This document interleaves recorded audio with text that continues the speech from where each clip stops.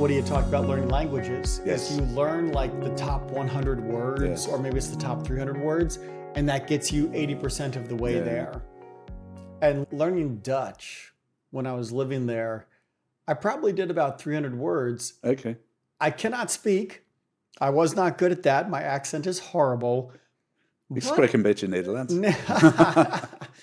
But my ability to read was okay. Yeah, so you can say the one thing that everybody can. No. Yeah. But my Dutch was But reasonable. I it's- got to B level. I'm trying to think what it was. B1, I just cussed B1, which is Yeah. what I need now if I go back there and I want to take all my tests.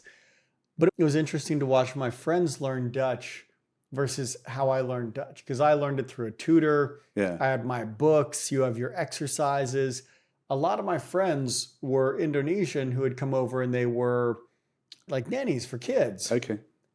They would just Hey, Len, stop. No. yeah, they would knock Don't the eat that. crap out of me for speaking Dutch. Because when you work with kids who are 2 and 3, of course, they may not know English, so you're Right. learning Dutch.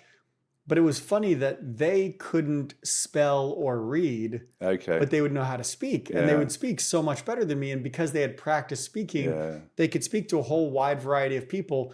I might have known 50% more words than them, but I could not apply any of it. I could Yeah, not use it okay, in daily okay. life.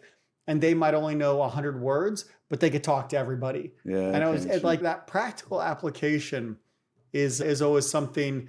And I like, if I go back to Muay Thai, I learned how to hit the pads, but also what I notice is when I'm hitting things, they're pushing the pads forward. Yeah. So I feel like I'm really connecting, Yeah. But they're doing but half the then when work. I go and hit the bag, I'm like, oh, because I realize I'm not really putting power into it Yeah. because it's a meeting, not a direct impact. Yeah. It's interesting. And so when I think about AI tools, how much is being handed to me versus how much am I doing? I guess the meta point for that is, do I get a year into using AI tools and I think I'm really smart, but it's actually the tools that are doing everything. And if you take those away, I'm just as useless as Tom Hanks in Castaway. I'm right? very conscious of that, and it's about the whole idea that you're building very shallow learning on top of it. If you don't actively work around that and deliberately learn, it's very easy to say, I'm building these things, but actually the AI is building it all, and what you're building is garbage because it's not very well built, it's messy, and it's inefficient. It still works. I remember the days of early computer games where the big fights were games like Elite on the BBC, where they were fighting to see how much can we cram into the available memory of the computer. That challenge went away as computers got bigger and faster. So you ended up getting much more inefficient, badly designed programs that worked, but they weren't as elegant as they used to be. See, that's interesting because now, if I think about people who start working now and they get to 10 years into their career and they go back to what we said at the beginning, right? I've been doing this for 10 years. Yes. It's like, you've been doing this for 10 years, but it's I've been studying Dutch for years. I still can't apply it.